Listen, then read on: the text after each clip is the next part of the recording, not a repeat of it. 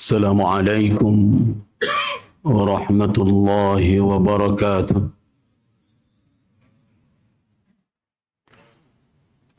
الحمد لله الذي هدانا للإسلام وفضلنا به على جميع الأنام. أشهد أن لا إله إلا الله رب الديان، وأشهد أن محمدا عبده ورسوله وخاتم أنبيائه ورسله وهو خير الختام. اللهم صل وسلم على عبدك ورسولك وحبيبك محمد وعلى آله وأصحابه والتابعين وتابع التابعين ومن تبعهم بإحسان إلى يوم الدين. أما بعد. Bapak-bapak dan ibu-ibu, saudara-saudari jamaah salat zuhur Masjid Raya Syekh Ahmad Al-Khatib Al-Minangkabawi rahimakumullah. Mengawali ceramah singkat kita ba'da zuhur ini, saya mengutip ayat Allah Subhanahu wa taala dalam surah Al-Anbiya. Tepatnya adalah ayat yang ke-20, di mana Allah Subhanahu wa taala pada ayat itu menjelaskan atau menerangkan keutamaan malaikat. Allah katakan yusabbihuna al-laila wan-nahara la yafturun. Yusabbihuna al-laila wan-nahara la yafturun. Para malaikat itu bertasbih malam dan siang hari dan tidak mengalami futur. La yafturun, tidak mengalami futur. Kenapa ayat ini yang kita jadikan sebagai titik tolak pengkajian kita? Karena ada suatu hal yang harus diwaspadai oleh kaum muslimin ketika memasuki awal Ramadan,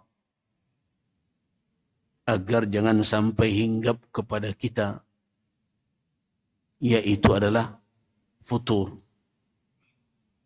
Futur itu kalau dalam bahasa Arab makna aslinya ad-du'afu wal inkisar.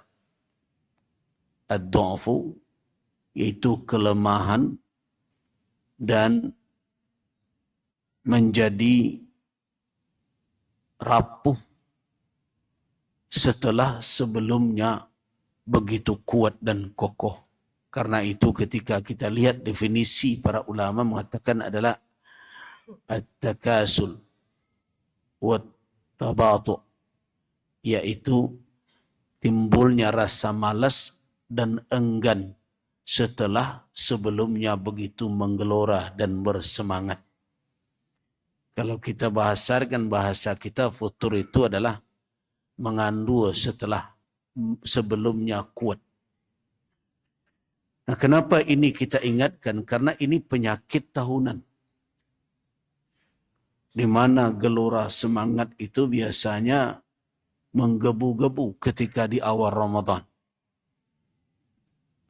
Nah, di tengah-tengah Ramadan, apalagi kalau sudah sampai di penghujung, semangat itu menjadi padam. Bahkan ada yang hilang sama sekali. Sehingga pengurus masjid pun menjadi kebingungan kenapa separuh jamaahnya mulai berkurang. Kalau masjid-masjid tua yang tonggaknya banyak, adonan tersua tonggak masjid lebih banyak dari si jamaahnya di penghujung Ramadan. Walaupun kondisi seperti itu setiap tahun, tapi yang anehnya umat Islam santai saja. Bagi saya sebagai seorang da'i dan juga kawan-kawan yang lain, ini adalah suatu yang menggelisahkan. kenapa penyakit ini berulang setiap tahun. Tentu supaya penyakit futur itu tidak hinggap lagi tahun ini, tentu harus kita cari cara-cara untuk mengantisipasinya. Nah, inilah yang akan kita ingatkan di awal Ramadan kepada umat. Alhamdulillah, di awal Ramadan masjid ramai, baik qiyamnya, begitu juga kegiatan-kegiatan majlis ilmunya. Tapi pertanyaan yang besar yang hadir adalah sampai berapa hari semangat itu bisa bertahan. Untuk menjawab hal itu, saya ingin mengutip suatu kisah yang diriwayatkan oleh Al-Imam Al-Bukhari dan Al-Imam Muslim dari Anas ibn Malik radhiyallahu an. Kata Anas ibn Malik, dakhala Rasulullah sallallahu alaihi wasallam masjid. Suatu kali Rasulullah masuk ke masjid. Wa hablum mandudun baina sariyatain. Beliau bertemu ada tali yang terikat antara dua tiang. Jadi ada tali terentang antara dua tiang. Jadi bantu orang membuat ampaian kain di dalam masjid. Nah,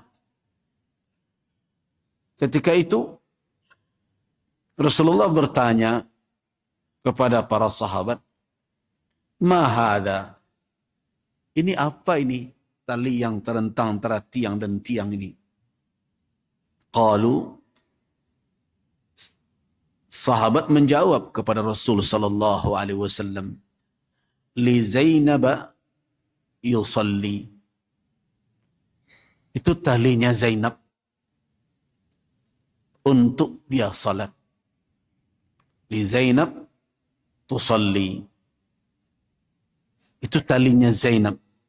Dalam syarah-syarah hadis dikatakan itu Zainab yang dimaksud adalah istri Rasul sallallahu alaihi wasallam, yaitu Zainab binti Jahsh. Ya, rupanya yang membuat tali yang terikat, yang terentang antara dua tiang itulah istri beliau sendiri, Zainab binti Jahsh. Untuk apa gunanya? Tusalli. Jadi rupanya Zainab Ummul Mukminin ini salat dengan semangatnya. Fa idza kasalat, apabila terasa rasa malas mulai menghinggapinya, nah, au fatarat, atau semangatnya mulai menurun, amsakat bih, dia berpegang dengan tali itu supaya tetap terus salat. Tidak mau berhenti. Bergantung dia di tali, dia pegang tali itu untuk terus salat supaya jangan jatuh. Nah, begitu Ummul Mukminin istri Rasulullah berhadapan dengan musuh yang disebut dengan futur tadi. Semangat menurun dalam beribadah. Tetapi apa sikap Rasulullah sallallahu alaihi wasallam? Petunjuk beliau ketika menghadapi hal yang demikian. Niat baik, betul. Ini sebenarnya catatan penting juga.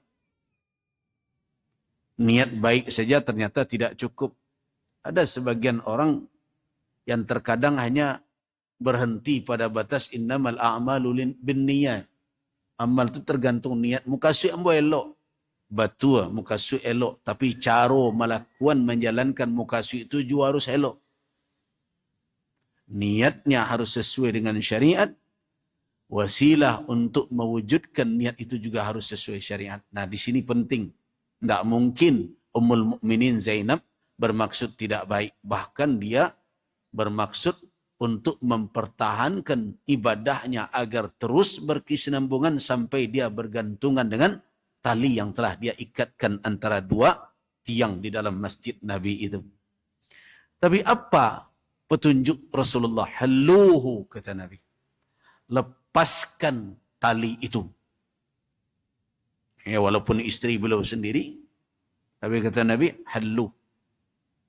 Lepaskan tali tersebut. Halluhu, maknanya tanggalkan ikatannya. Halluhu, makna lepaskan buhul itu. Jangan dibiarkan terentang begitu. Kemudian beliau memberikan petunjuk. Liyusalli ahadukum nasyatahu. Hendakkah seseorang kamu kalau hendak salat? Nah, tentu yang dimaksud di sini di luar yang fardu. Itu salat sunnah, tahajud dan lain-lainnya. Nasyatahu, yaitu dengan kondisinya yang sedang bugar, dalam keadaan bersemangat, lakukan salat. Kemudian kata Nabi, faidha kasal, apabila terasa malas atau mungkin terasa dia fatar, mengantukkah berbagai macam, kata Nabi, qa'ad, duduk dahulu. Artinya, jangan paksakan dirimu untuk melakukan suatu ibadah padahal kamu sudah tidak sanggup memikul bebannya. Nah, tapi ini harus difahami. Jangan dikatakan ini bertolak belakang dengan mujahadah. Nanti di dalam ayat Al-Quran kita temukan walladzina jahadu fina lanahdiyannahum subulana. Saya takut sebenarnya mengaji ini, kalau mengaji kok terpotong-potong, jamaah aku santiang pada ustaz sebagian, nyo adu-adunya tu nyo buat saya kesimpulan surangnya tak balik ke gurunya lah. Makanya tadi bertanya pengurus masjid, sebelum zuhur sudah zuhur ya.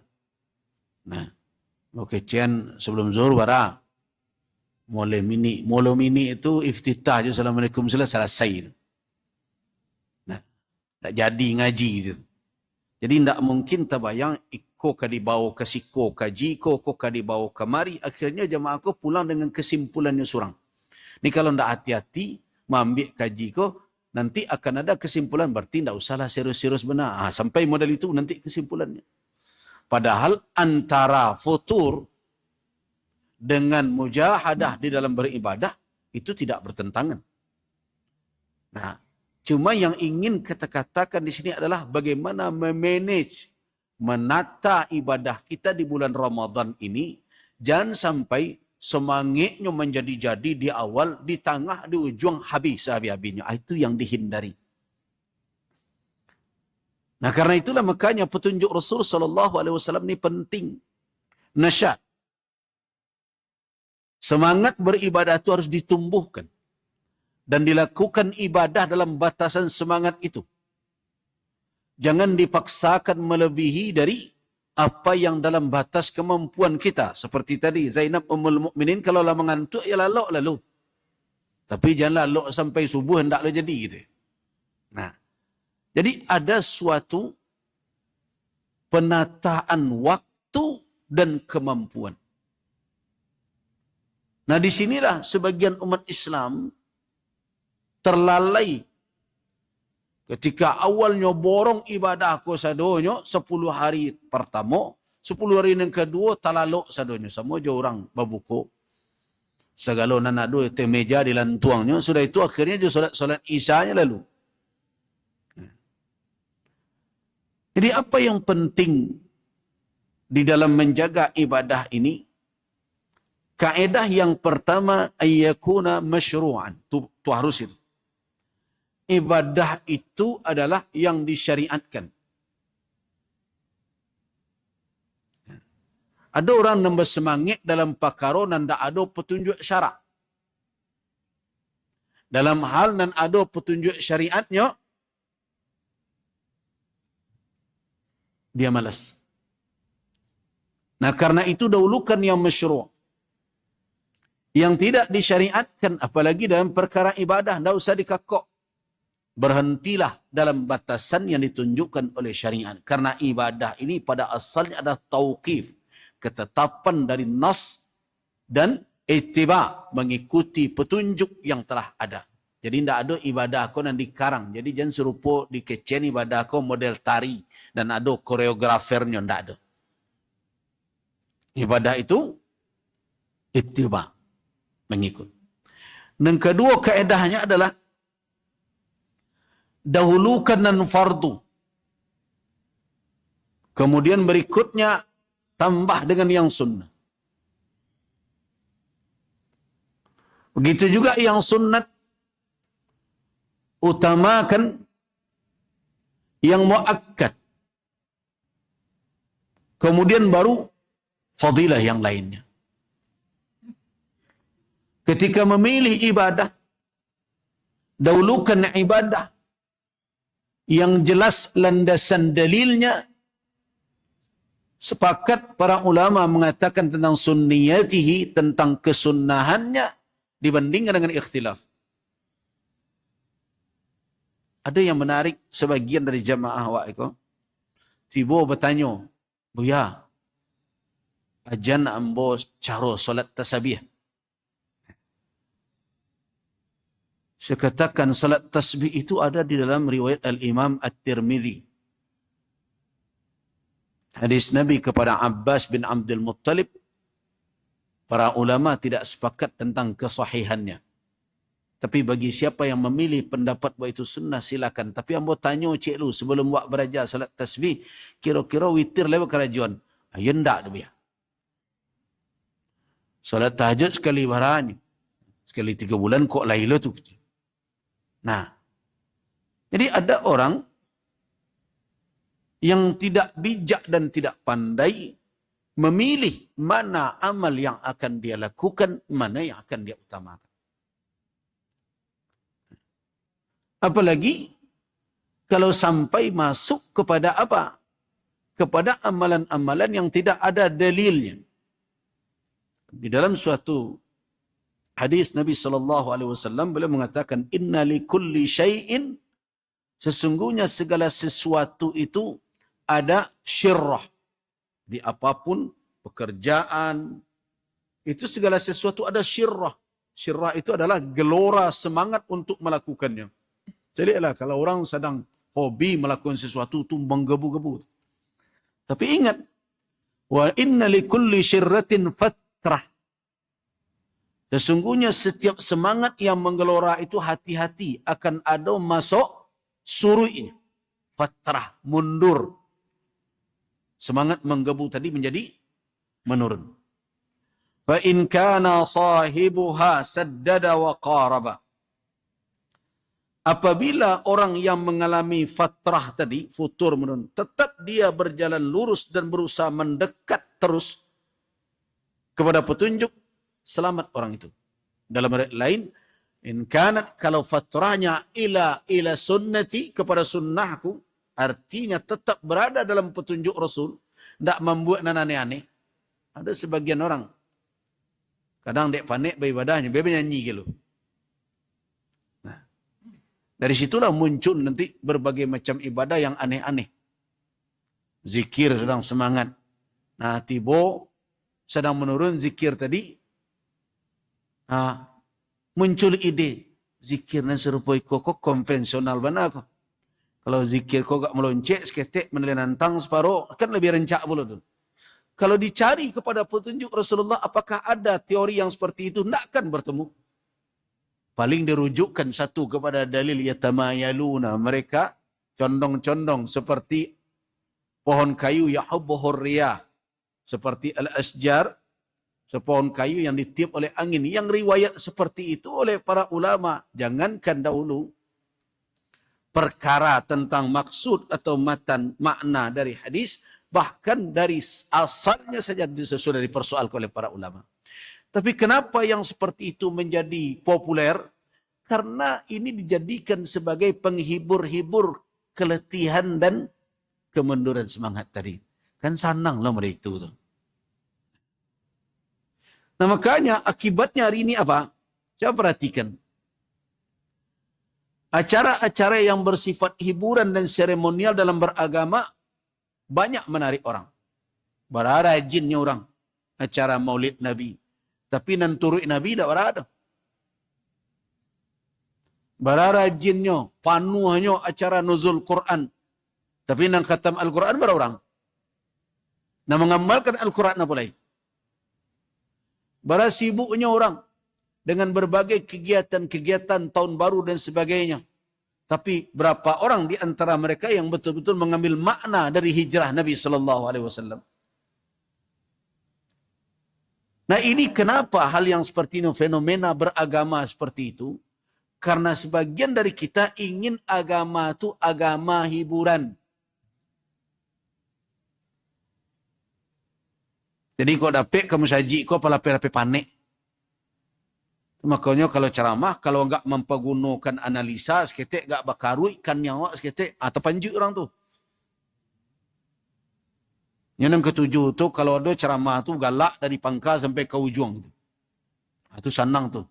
Ya senang awak dengar apa tu. Tak bosan tu. Kalau nak lain tu panik, karui kan yang awak. Jadinya mengaji itu kau dapat, jangan karui kan yang. Nah, ini karakteristik umat hari ini. Sayang banyak yang mengikuti irama seperti itu.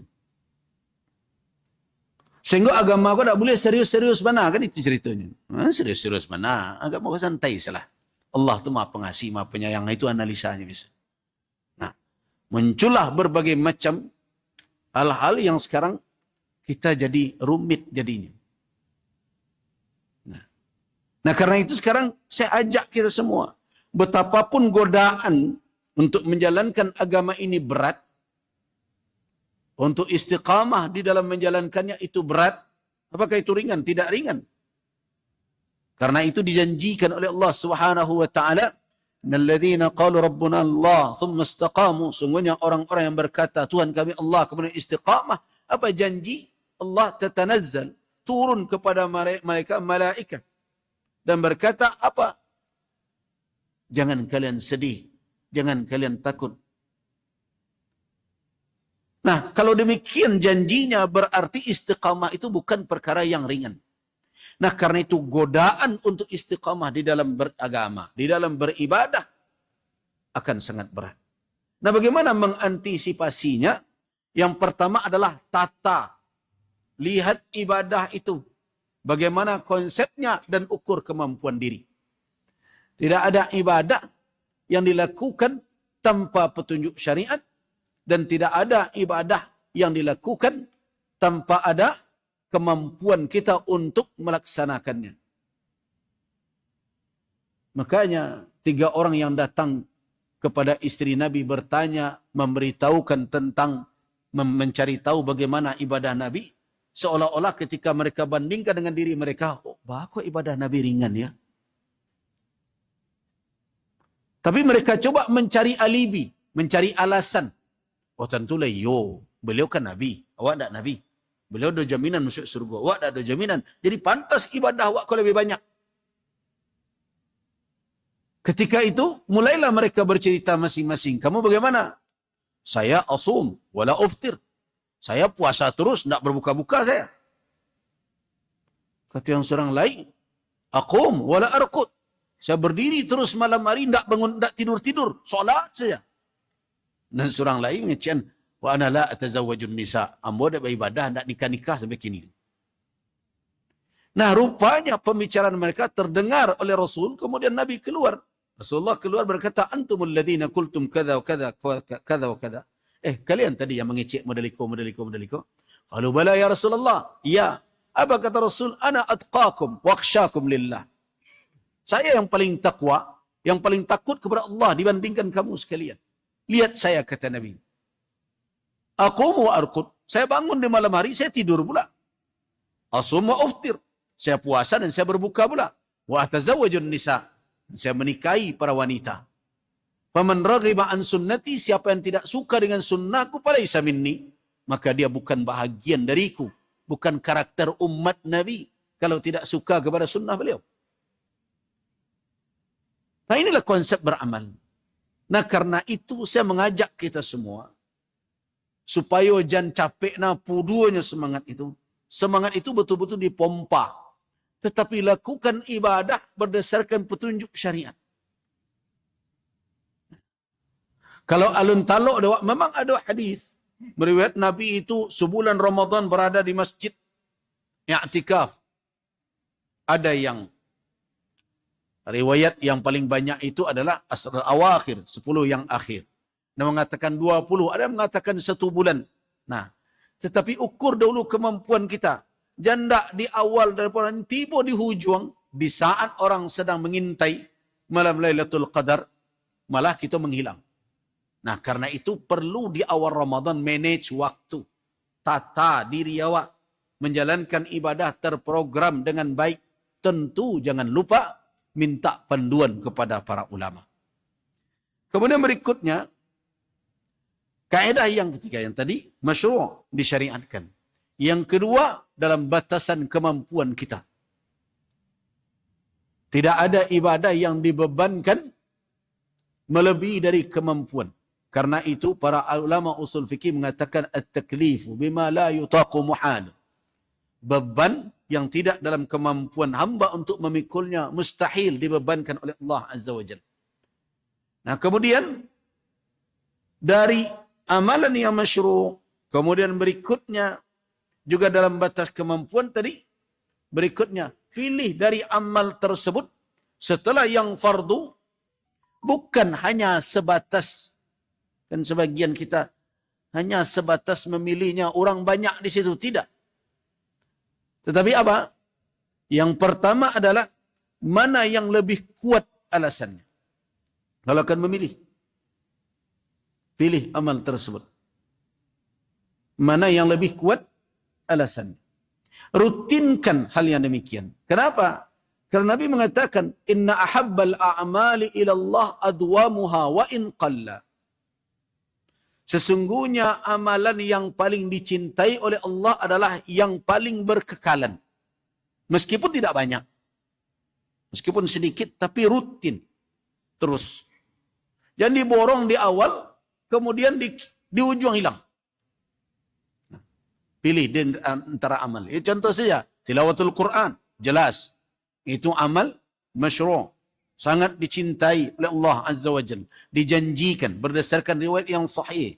Bahawa membaca Al-Quranul Karim memiliki fadilah, keutamaan yang begitu banyak. Bahkan dia akan datang kelak memberikan syafaat kepada orang yang membacanya. Dia akan menjadi hujjah bagi kita kelak kalau kita mengamalkannya. Kemudian juga Al-Quranul Karim likulli harfin, setiap huruf yang dibaca ada 10 kebaikan. Nah, karena itu utamakan. Kondak diborong di awal Ramadan separuh Al-Quran, setengah Ramadan tak kenal dengan Al-Quranul Karim. Nah, mulailah sekarang membuat proyek pribadi kita. Tapi dengan labanya dari Allah Azza wa Jalla. Tatalah mulai dari awal Ramadan sampai akhir Ramadan apa amalan kita hari-hari. Sesuaikan dengan tugas kita yang lain.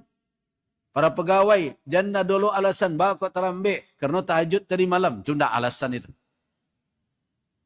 Para pekerja, jangan jadikan ibadah sebagai alasan untuk bermalas-malasan.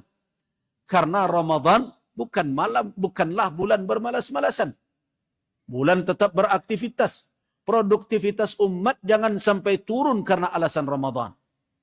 Kalau model itu cara awak Assalamualaikum, berarti awak nak beralih orang yang kekenyangan. Coba bayangkan. Kalau ada pengusaha muslim di bulan Ramadan dengan alasan Ramadan tidak berproduksi, para petani kita tidak lagi bekerja, sedangkan tingkat konsumsi mau tidak mau di bulan Ramadan ini meningkat. Perlu sayur, perlu iko. Nah, yang membuat baju berbagai macam, orang perlu baju berbagai macam. Apalagi ada tradisi ketika hari raya. Coba bayangkan ketika dalam keadaan umat membutuhkan, kita malah menurunkan intensitas. Kita menurunkan produktivitas awak. Siapa mengisi pasar? Orang hendak puasa. Artinya apa yang terjadi? Awak nak beralih, orang nak kekenyangan dan awak kelaparan. Nah, berarti cara-cara awak Assalamualaikum dalam mengelola Ramadan mesti harus ada perubahan. Nah, karena itu saya sarankan di awal Ramadan buatlah kalau perlu buat daftar. Hari pertama ini, hari kedua ini, hari ketiga ini. Quran hari pertama sebegini. Begitu juga sunnah sekian kita baca di hari ini. Kemudian ibadah setelah tarawih. Kita tahajud atau berbagai macam ibadah yang disyariatkan. Lakukan dan tata dengan baik. Nah, jadi setiap muslim yang betul sadar dengan kehadiran Ramadan akan punya proyek pribadinya di bulan Ramadan ini. Ada konsep yang dia buat. Nah, kalau begini, kita tinggal menjalani apa yang kita terencanakan. Kenapa? Awak nak merencanakan, tentu kita yang punya komitmen untuk menjalankannya. Nah, konsep seperti ini harus hadir dalam setiap rumah tangga muslim. Jangan sampai mengikuti arus saja. Rami orang, rami lu awak. Tak ada orang, tak lu ada awak. Nah, cara-cara seperti ini, berhentilah. Itu bukan cara yang baik. Kita merugi kalau seperti ini setiap tahun. Nah, kalau ini bisa dilaksanakan, saya yakin ada perbaikan. Ada perbaikan terhadap kondisi umat di masa mendatang. Nah, jemaah rahimakumullah. Karena itu, saya berharap kita semua, kebetulan ini adalah hari pertama bagi yang mulai puasa hari Kamis. Hari kedua bagi yang berpuasa hari Rabu. Berhentilah memperdebatkan isbat hilal itu. Nanti setelah hari raya nanti kita bicarakan lagi. Kupetangka perkara itu juga silakan. Yang memilih yang ini dan itu. Ku habis separuh Ramadan memperdebatkan mulai hari haftan mulai. Tu puasa kami, ku puasa Rabu gitu. Nah, sudahlah. Sekarang kita semua sudah puasa. Yang Rabu masih puasa juga kini kan. Yang Kamis lah mulai kan. Berarti kita sudah bersama hari ini. Sudah berhentilah lagi. Nah, jadi panjang jadi cerita itu. Kadang-kadang harusnya itu perdebatan para ulama. Ulama menyampaikan kepada kita bukan untuk mengajak kita berdebat, tapi untuk memberitahukan. Ini pilihannya. Orang yang menerima fatwa, istafti qalbak. Tanya hati engkau. Kemana engkau yang nyaman? Wak pilih. Selama yang menyampaikan itu alim, dialah yang bertanggung jawab dengan fatwanya. Awak tidak satu tanggung jawab dalam perkara itu. So, kalau kita harus bertanggung jawab pula, tentu awak membaca dalil pula, membaca kitab pula, para jalo ilmu hisab dan berbagai macam teori meru'yah seperti apa, bilo lolai. Nah, jadi dalam keadaan seperti ini harus tahu kita, biarkan itu menjadi perdebatan para ulama. Para ulama akan mencoba, setelah itu ada mudzakarah berbagai macam, ada titik temu alhamdulillah. Kalau belum, kita saling berlapang dada saja. Kenapa? Perkara ikhtilaf itu tidak mesti membawa insyiqaq. Tidak mesti membawa perpecahan antara sesama kita. Nah, tetapi yang penting hari ini, menata masing-masing kita, apa proyek Ramadan kita. Yang tentu proyek itu, labonyo, tidak di kepreso, di KPK aja BPK itu. Tapi nanti pemeriksaannya lebih berbahaya. Ini orang merugi atau yang beruntung di dalam Ramadan ini. Nah, jangan terlalu mudah saja. Ketika kita mengatakan di akhir Ramadan nanti, kita katakan taqabbalallah minna wa minkum. Atau mungkin tradisi kita tidak bid'ah pula hal yang seperti itu. Yaitu apa? Ya seperti minal a'idin wal faizin. Ya silakan tahani yang baik, kalimat yang baik. Tidak ada masalah. Ada yang ma'surah, ada yang ma'sur dari sahabat. Ada yang tidak ma'sur. Bukan berarti yang tidak ma'sur adalah sesuatu yang diharamkan. Wallahu a'lam. Ya.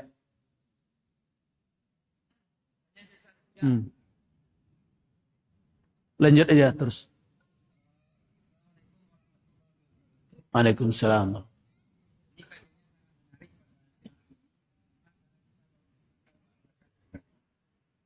Ada sebagian jemaah yang segera buat dalam hal melaksanakan sholat tarawih. Apakah tarawih itu empat dua bersalam atau dua bersalam? Di antara cara pelaksanaan sholat tarawih itu sesuai dengan yang dia katakan tadi, itu harus semua yang disyariatkan. Tentu keduanya disyariatkan.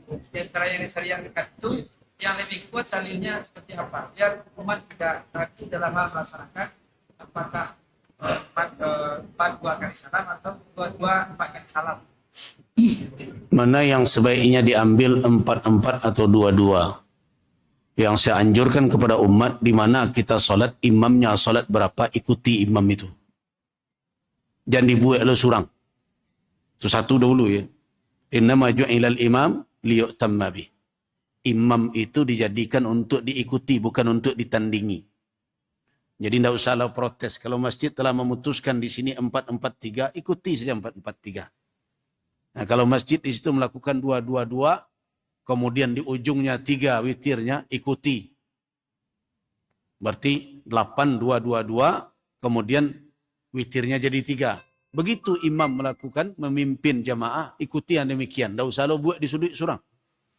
Kalau mungkin 2-2-10 ditambah 1, witirnya dia buat 1-10, dia jadikan qiyam Ramadannya, ikuti. Atau mungkin 13 dia buat. 2-2-2-2, kemudian dia tutup nanti 3 atau mungkin 1 setelah 12. Ikuti yang demikian. Nah, itu kalau kita sebagai makmum. Nah, seharusnya pertanyaan yang seperti itu, indah ada faedah terlalu besar untuk bapak-bapak yang jadi makmum tu.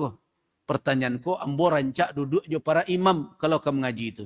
So, kalau makmum dikecilkan, akhirnya rusak ibadahnya jadinya. Baik itu barunya solatnya dapat kaji 2, imam mampek belakang. Kau imam apa lo? Imam tak sunnah. Itu kesimpulannya di belakang. Rusak jadinya. Nah, tapi karena sudah ditanyakan, mari kita coba lihat.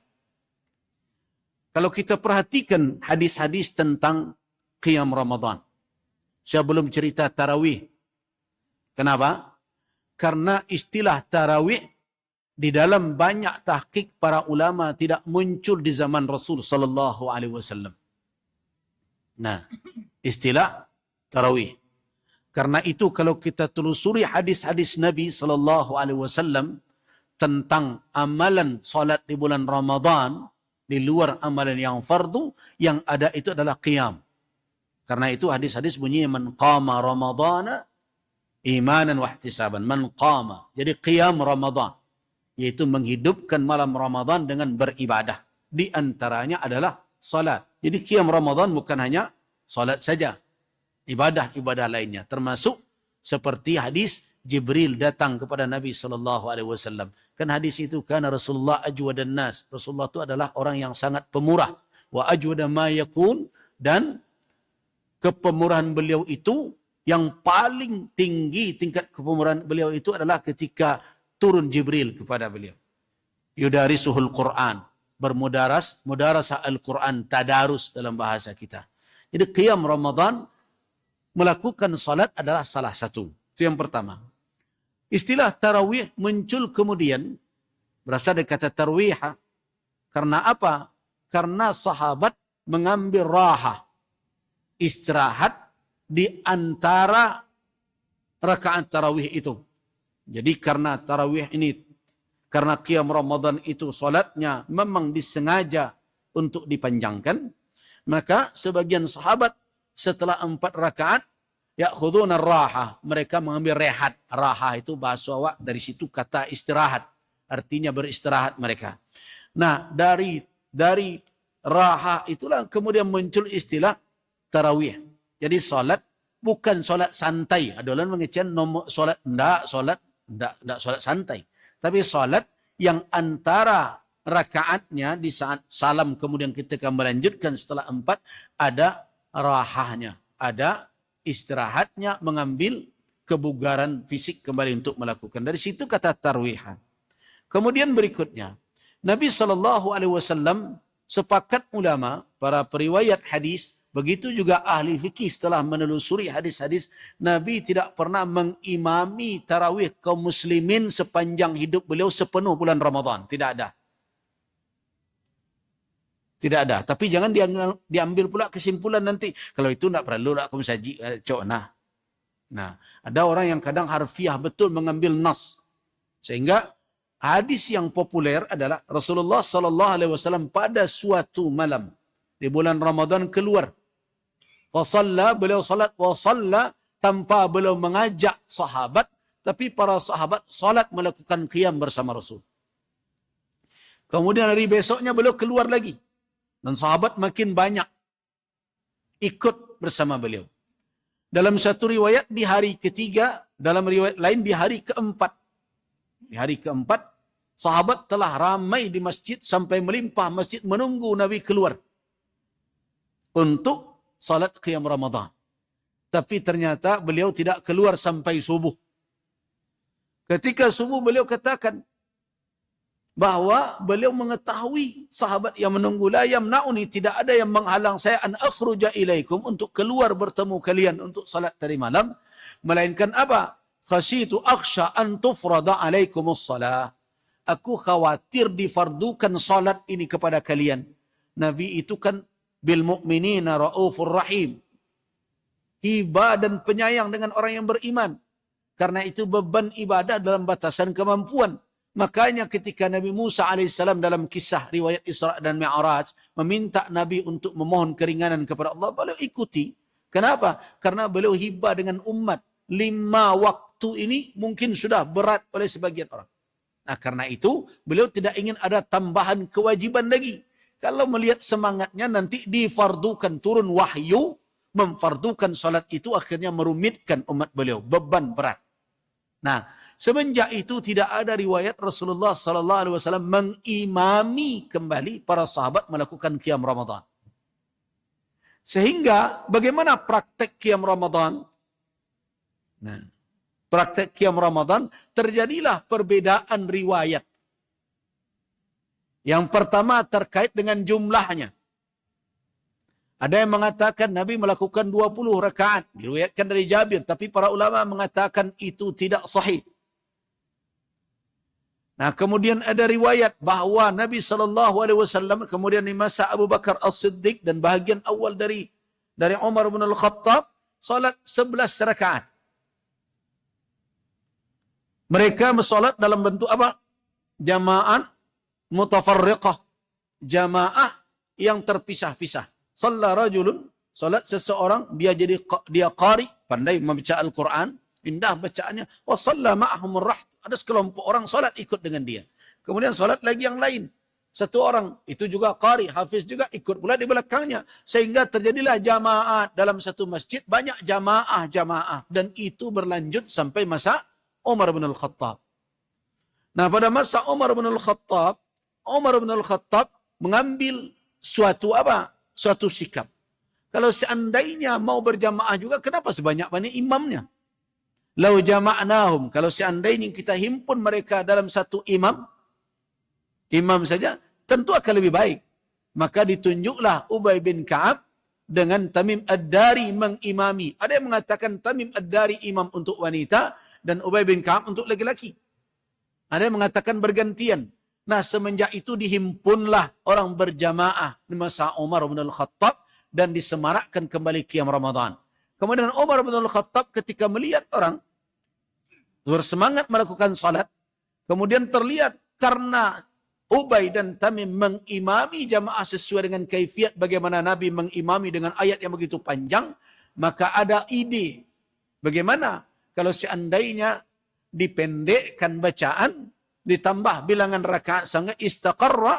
Dalam berbagai riwayat para ulama mazhab menukilkan menetaplah sampai 20 rakaat. Nah, kemudian berikutnya ketika Umar melihat seperti itu muncullah kalimat, kalau ini bid'ah, inilah ni'matul bid'ah hadhihi. Nah, kata itulah yang sebagian orang kadang-kadang berani saja menuduh Umar pembuat bid'ah. Padahal sebenarnya Umar bin Khattab, dalam saya lebih cenderung kepada memahami Umar bin Khattab tidak membuat asal ibadah. Umar bin Khattab menghidupkan ibadah yang telah ada. Yang telah ada di zaman Nabi sallallahu alaihi wasallam, cuma beliau tidak azamkan untuk berjamaah rutin dan bukan hal yang terlarang, tetapi dibolehkan. Jadi bid'ah di situ maknanya dalam pengertian banyak ulama itu bid'ah dalam makna lughawiyah namanya. Bid'ah dalam makna bahasa, bukan dalam makna membuat syariat min jadid yang tidak ada misalun sabiqun, tidak ada contoh terdahulu. Nah, begitulah Umar bin Al-Khattab membuatnya. Setelah itu akhirnya mulailah. Kenapa Umar berani?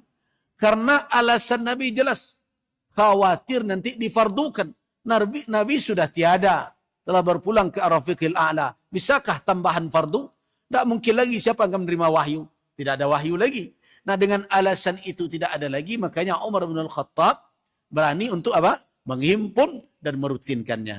Nah sekarang, apakah 20 rakaat kalau diterima riwayat dari masa Umar terakhir itu 20? Apakah itu kesepakatan ulama ijma'? Tidak boleh kurang, tidak boleh tambah? Tidak. Kenapa di dalam mazhab Maliki malah riwayat salat qiyam Ramadan itu 36 rakaat? Nah, berdasarkan itu, apakah juga kemudian yang melakukan 11 menjadi melanggar kepada sunnah Nabi? Alaikum bisunnati wa sunnatil khulafa'ir rasyidin min ba'di, addu 'alaiha bin nawajizi. Hendaklah kalian mengambil sunnahkan dan sunnah khulafa'ir rasyidin setelah aku, gigit dengan geraham kalian kuat-kuat. Berarti kita menentang Umar? Tidak. Sebab Abu Bakar As-Siddiq tidak sampai seperti itu. Nah, akhirnya yang kuat adalah pendapat mengatakan la tahdid. Tidak ada batasan secara pasti tentang bilangan rakaat qiyam Ramadan, tarawih. Nah, tidak ada batasan yang pasti. Nah, terkait dengan jumlah. Dengan jumlah, ada yang menetapkan 11, sebagaimana merujuk kepada hadis Aisyah Ummul Mukminin. Ada yang menetapkan 20, sebagaimana juga merujuk kepada mazhab fiqhiyah yang 3, dan itu berdasarkan amal di zaman Umar bin Al-Khattab dan seterusnya. Kemudian ada yang 36 berdasarkan fatwa di dalam mazhab Maliki, yang mana orang-orang Madinah melakukan 36 untuk menandingi, untuk berpacu dengan orang-orang Makkah. Karena satu istirahat mereka ganti dengan satu tawaf. Nah, satu tawaf itu diganti dengan 4 rakaat, 20 tambah 16 jadi 36 ditambah witir. Nah, dengan demikian tidak ada ijma' ulama tentang jumlah bilangan qiyam Ramadan. Nah, sekarang kaifiat. Apakah ada ijma' ulama tentang kaifiat qiyam Ramadan itu 4422? Tidak ada ijma'. Yang ada adalah merujuk kepada hadis-hadis yang bersifat umum, yang tidak secara khusus menunjukkan qiyam Ramadan. Misalnya, salatul laili masna masna. Salat malam itu 2-2. Apabila kamu khawatir, maka fa'autir. Witir pun bisa 1 rakaat, bisa 3 rakaat, bisa 5 rakaat, dan bisa 9 rakaat, 7 rakaat, dan bahkan bisa 11 rakaat. Man arada an yutira biwahidatin falyaf'al. Siapa yang mau witir 1 silakan. Siapa yang mau 5 silakan. Witir 7 silakan. Nah, semua itu petunjuk bersifat umum. Apakah itu di Ramadan atau di luar Ramadan? Begitu juga hadis Ummul Mukminin Aisyah radhiyallahu anha. Rasulullah sallallahu alaihi wasallam ma la yazid, tidak menambah di Ramadan atau di luar Ramadan melebihi dari 11 rakaat. Shalla arba'an, thumma shalla arba'an. Dalam hadis itu, shalla arba'an la tas'al an husnihinna wa tulihinna. Salat 4. Jangan kalian tanya begitu bagus dan indahnya salat Nabi. Kemudian salat 4 lagi. Jangan ditanya husnihinna wa tulihinna, panjang dan bagusnya salat Nabi. Thumma shalla salasa. Kemudian beliau salat 3. Apakah maknanya 4-4-3 itu 4 1 salam? Tidak ada pula dalam hadis itu. Yang adalah shalla arba'an, thumma shalla arba'an. Apakah arba'an itu maknanya 1 salam? Bisa juga difahami 4 itu 2 salam. Cuma istirahatnya setelah 4. Kan bisa demikian. Nah, artinya ini adalah tempat ranah ijtihad ulama. Walaupun mungkin kita lebih cenderung kepada 2 misalnya, saya lebih cenderung kalau di surau, saya lakukan 2-2-2, tidak berarti yang melakukan 4-4-3 itu batal atau bid'ah. Itu merujuk kepada pemahaman hadis Ummul Mukminin Aisyah radhiyallahu anha. Terlepas mana yang rajih, mana yang kuat di antara 2 riwayat tersebut. Jadi karena itu, bagi orang-orang yang datang berjamaah, salatnya adalah seperti salat imam. Walaupun dia mungkin mengatakan, kalau imam melakukan 11-4-4-3, ikuti itu dan salatnya sahihah, sah. Kalau imam melakukan 2-2-2, kemudian dia tutup 3 atau ditutup 1 setelah 11 pada 11 rakaat, salatnya sahihah. Nah, sedangkan tentang bilangan salat, tidak ada riwayat yang pasti tentang itu. Karena itu ulama bersepakat salat malam itu adalah sebatas kemampuan kita. Nah, begitu juga apakah setelah selesai salat nanti ada lagi tahajud di malam hari? Kalau merujuk kepada riwayat dari Umar bin Al-Khattab ada peluang. Ditambah dengan ayat Al-Quranul Karim. Wa minal laili fatahajjat bihi nafilatan lak asa an yab'athaka rabbuka maqaman mahmuda. ayat tersebut tidak bisa dikecualikan bahwa di bulan Ramadan tidak ada tahajud. Jadi karena itu masalah seperti ini bukanlah ikhtilaf yang bertolak belakang atau bertentangan. Tempatkan saja ini masalah ikhtilaf dalam bentuk keragaman beribadah. Jadi pilihlah mana di antara amalan dan fatwa itu yang nyaman dan tenang untuk diamalkan. Tetapi ketika berjamaah ikutilah imam. Wallahu a'lam. Demikian. Billahi taufiq wal hidayah. Assalamualaikum warahmatullahi wabarakatuh.